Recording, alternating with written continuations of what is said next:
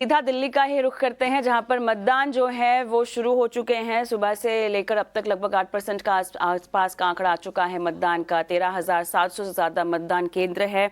70 विधानसभा सीटें, 1.5 करोड़ से ज्यादा लोग जो यहाँ पे मतदान देंगे। हमारी सहयोगी ऐश्वर्या पाटिल भी हमारे साथ जुड़ गई हैं, जो पल पल की खबर हमें दे रही हैं, अपडेट्स दे रही हैं।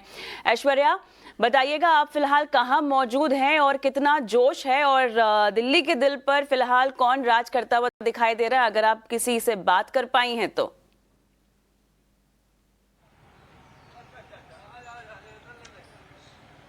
फिलहाल हम अटल आदर्श विद्यालय जो है औरंगजेब रोड पर एक काफ़ी इम्पोर्टेंट बूथ है। यहाँ पर केपी सिंह सुबह आए थे डीएलएफ से, और अभी थोड़ी देर पहले हमने देखा हरि भारतीय जो जुबिलेंट ग्रुप के लीडर है, वो भी अभी थोड़ी देर पहले ही उन्होंने अपना वोट कास्ट करने के लिए इस पोलिंग बूथ पर अभी फिलहाल गए हुए हैं। ओवरऑल अगर इन वोटर्स की बात करें तो वोटर टर्नआउट बहुत एक्टिव नहीं रहा है सुबह से, लेकिन इनसे पूछते हैं।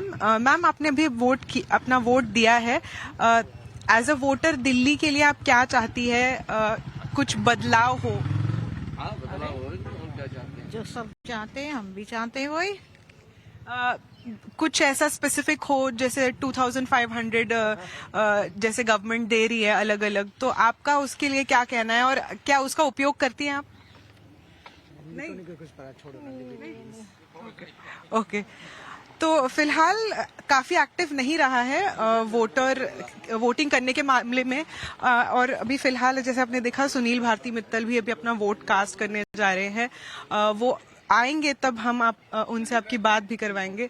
But overall 70 assembly elections 70 booths यहाँ पर है, और ये सीट्स काफ़ी इम्पॉर्टेंट रहेंगी। जैसे कि मैंने कहा, ये बहुत इम्पॉर्टेंट एक पोलिंग बूथ है जहाँ पर इंडिया इंक के हुज हु अपना वोट देने के लिए आते हैं। राजन भारती मित्तल भी पिछले इलेक्शंस में, जनरल इलेक्शंस में वो यहाँ पर आए थे, तो उस हिसाब से ये बहुत ही इम्पॉर्टेंट बट अफ्लुएंट क्लास का एक पोलिंग बूथ माना जाएगा।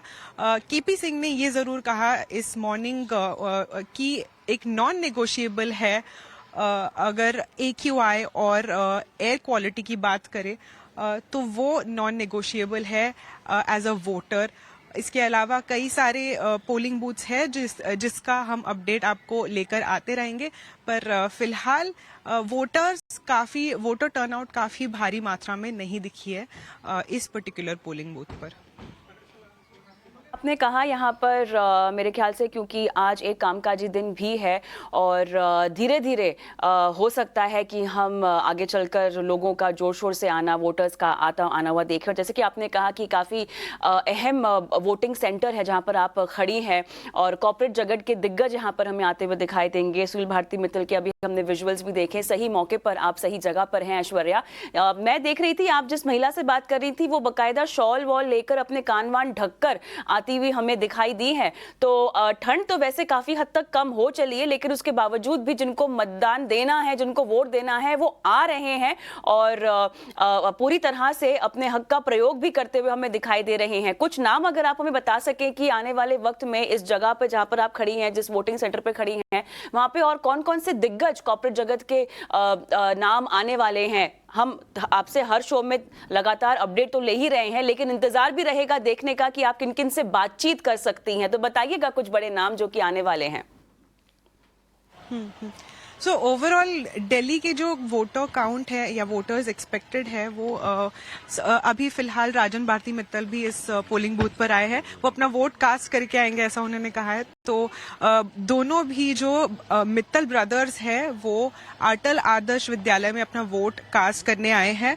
पर अगर हम कुछ कंस्टिट्यूएंट्स की बात करें, स्पेसिफिक जो 13,000 प्लस कंस्टिट्यूएंसीज है ओवरऑल दिल्ली की, उसमें से जो की कंस्टिट्यूएंसीज है वो मालवीय नगर, गांधी नगर, मंगोलपुरी, माटिया महल, ये कुछ ग्रेटर कैलाश, ये कुछ की कंस्टिट्यूएंसीज है। बट सबसे तगड़े फाइट या कैंडिडेट्स की जो कॉन्टेस्ट है वो किन पोलिंग बूथ्स पर देखने को मिलेगी या कंस्टिट्यूएंसीज पर देखने को मिलेगी, वो है former CM Arvind Kejriwal against BJP Parvesh Sharma, Congress Sandeep Dixit.